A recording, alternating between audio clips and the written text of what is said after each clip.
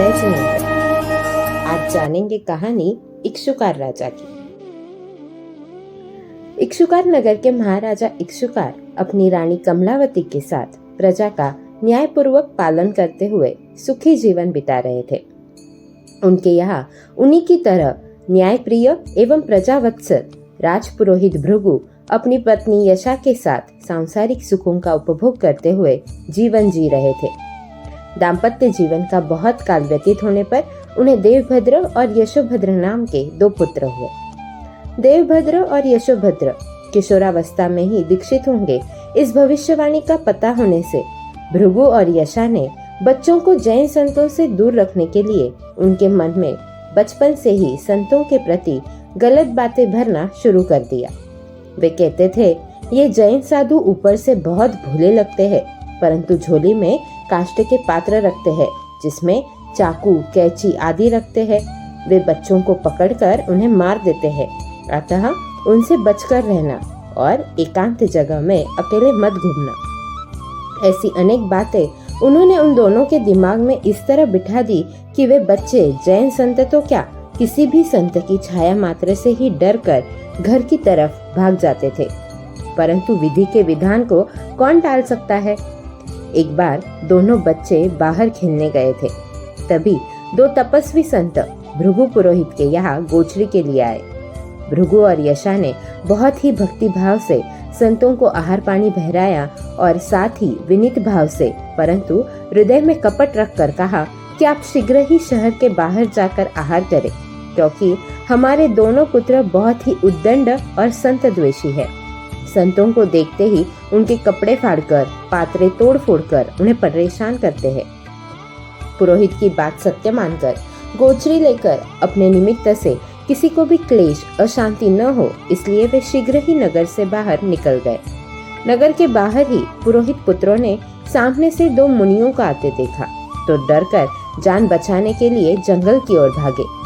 वहां एक बड़े वट वृक्ष पर चढ़कर पत्तों के झुरमुट में उन्होंने अपने आप को छिपा लिया।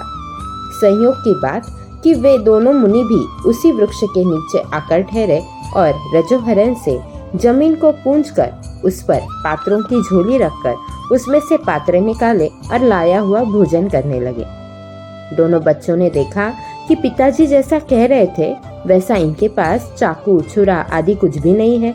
ये तो कीड़ी मकोड़ों को भी नहीं मारते और यह भोजन भी तो उन्हीं के घर का है। क्या ऐसे संतों को हमने पहले कहीं देखा है? ऐसा चिंतन करते करते एकदम अज्ञान की परत हटी और जाति स्मरण ज्ञान का प्रकाश फैला। सब कुछ स्पष्ट हो गया। वे वृक्ष से नीचे उतरे और मुनियों के चरणों में वंदन किया। मुनियों के सरल उपदेश से वे विरक्त बनकर दीक्षा लेने की विनती करने लगे। मुनियों ने कहा, बड़ों की आज्ञा के बिना दीक्षा नहीं दे सकते। तब उन्होंने कहा कि हम आज्ञा लेकर आते हैं, तब तक आप इसी नगर में विराजे। घर जाकर माता पिता से दीक्षा की आज्ञा मांगने लगे। भृगु पुरोहित ने दोनों को समझाते हुए कहा कि यह बाल्यावस्था दीक्षा लेने की नहीं है। पहले विवाह करो, पुत्र को जन्म दो, क्योंकि पुत्र रहित व्यक्ति को सद्गति नहीं मिलती। अतः पिछली उम्र में साथ साथ ही दीक्षा लेंगे, अभी जल्दी मत करो। तब पुत्रों ने कहा, मृत्यु का भरोसा नहीं, कभी भी आ सकती है, अतः धर्माचरण को वृद्धावस्था पर कैसे छोड़ा जाए। हम तो आज ही मुनि धर्म ग्रहण करेंगे। उन्होंने तो दीक्षा का निश्चय ही कर लिया था।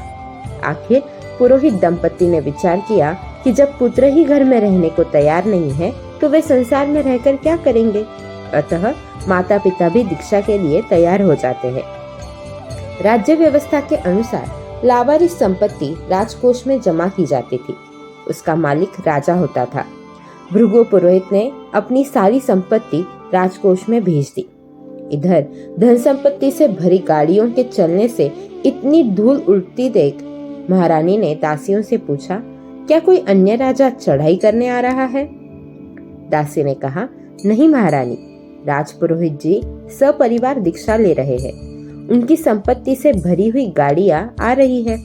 उन गाड़ियों के चलने से यह धूल उड़ रही है। महारानी कमलावती इतना सुनते ही आकुल व्याकुल हो गई। राजा के पास गई और शांत चित्त से समझाते हुए कहा, नाथ, क्या पुरोहित द्वारा छोड़े हुए धन को ग्रहण करना उचित है? क्या वमन किए हुए पदार्थ को खाने वाला कभी प्रशंसा पा सकता है? यदि कुबेर का खजाना भी आपको मिल जाए तो भी आपकी तृप्ति संभव नहीं है। मृत्यु के समय यह धन आपके साथ नहीं चलेगा और न आपकी रक्षा करेगा। सिर्फ धर्म ही साथ जाएगा और रक्षा करेगा। संसार असार है, जीवन क्षणिक है। मैं मोह के समस्त बंधनों को छोड़कर दीक्षा धारण करूंगी। हलुकर्मी जीवों को इशारा ही काफी होता है। राजा संभल गए। राजा, रानी, भृगु पुरोहित, उसकी पत्नी यशा और दोनों कुमार, इस प्रकार 6 आत्माओं ने मुनियों से दीक्षा ग्रहण की। अल्प समय में ही घाती कर्मों का क्षय करके केवल ज्ञान प्राप्त किया। अंतिम समय में अनशन करके सिद्ध, बुद्ध और मुक्त हो गए।